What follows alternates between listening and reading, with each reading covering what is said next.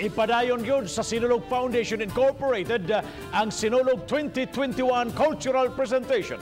Apan gibarugan sa Cebu City Police Office nga nagkinahanglan gyud og pagtugot gikan sa IATF ang kalihukan. Gipasalig sa BC Mayor nga mapatuman ang mga health protocols. Aniya ang report. Sa pag-atubang nilang Vice Mayor Michael Rama, ang chairman sa Sinulog Foundation Incorporated, iyang gibarugan ang pagpadayon sa pagpasundayag sa Sinulog 2021 taliwa sa pagsupak sa uban tungod sa pandemya. Iyang gitataw nga ipadayon ang kalihukan nga maglakip sa Grand Parade o Ritual Showdown din ipahigayon sa South Road Properties tungod kay 99% ng andam ang virtual showdown. Nindot na nga pangutana ra. Kinahanglan bag approval o kinahanglan ba silang tanan manabang? Tingali ang pangutana, nagkinahanglan ang syudad sa Sugbo o tabang sa tanan. Apil ang IATF. Giangko ni Rama nga wa sila makakuha og pagtugot gikan sa IATF aron makapahigayon. Matod niya pipila na kahigayon nga gusto unta sila makahinabi sa EOC apan wa sila mahatagi og kahigayonan. Andam hinuon silang makikinabi sa PNP, EOC ug sa mga milangkob sa IATF aron mapadayon ang kalihukan. Gilabtikan sa Vice Mayor nga nung natugutan man ang misa de Gallo nga mas daghan man kuno ang tao itandi sa Sinulog Presentation. Matod niya 2,000 ra ka mga tao ang musalmod sa kalihukan.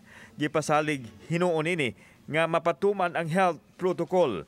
Mind you, kining tanan gikan natin nga may kopya no? Niya of course Sinulog Foundation niya at the same time approved by the City Council, especially ang budget. So practically, this is a City Sinulog Foundation nga activity. Samtang gitataw sa Cebu City Police Office nga bugtong ang IATF approval lang ang makausab sa ilang baruganan. Gihulagwa ni Police Colonel Josefino Ligan, Cebu City Police Office Director nga maisip nga usa ka mass gathering ang panagtapok sa 2,000 ka mga participants nga usa sa gidili sa lagda sa IATF tungod kay kuyaw man kini sa takod-takod sa COVID-19. Bugtong ang mga misa lang sulod sa Basilika ang gitugutan sa IATF. The decision, the guidelines of the IATF still remains that only the religious activities is allowed. So unless otherwise it is being amended to include the allowing the Sinulog activities, then it will be done. Dili manginlabot ang CCPO sa kalihukan sa Sinulog Foundation kung walay pagtugot gikan sa IATF sama sa paghatag og seguridad sa venue.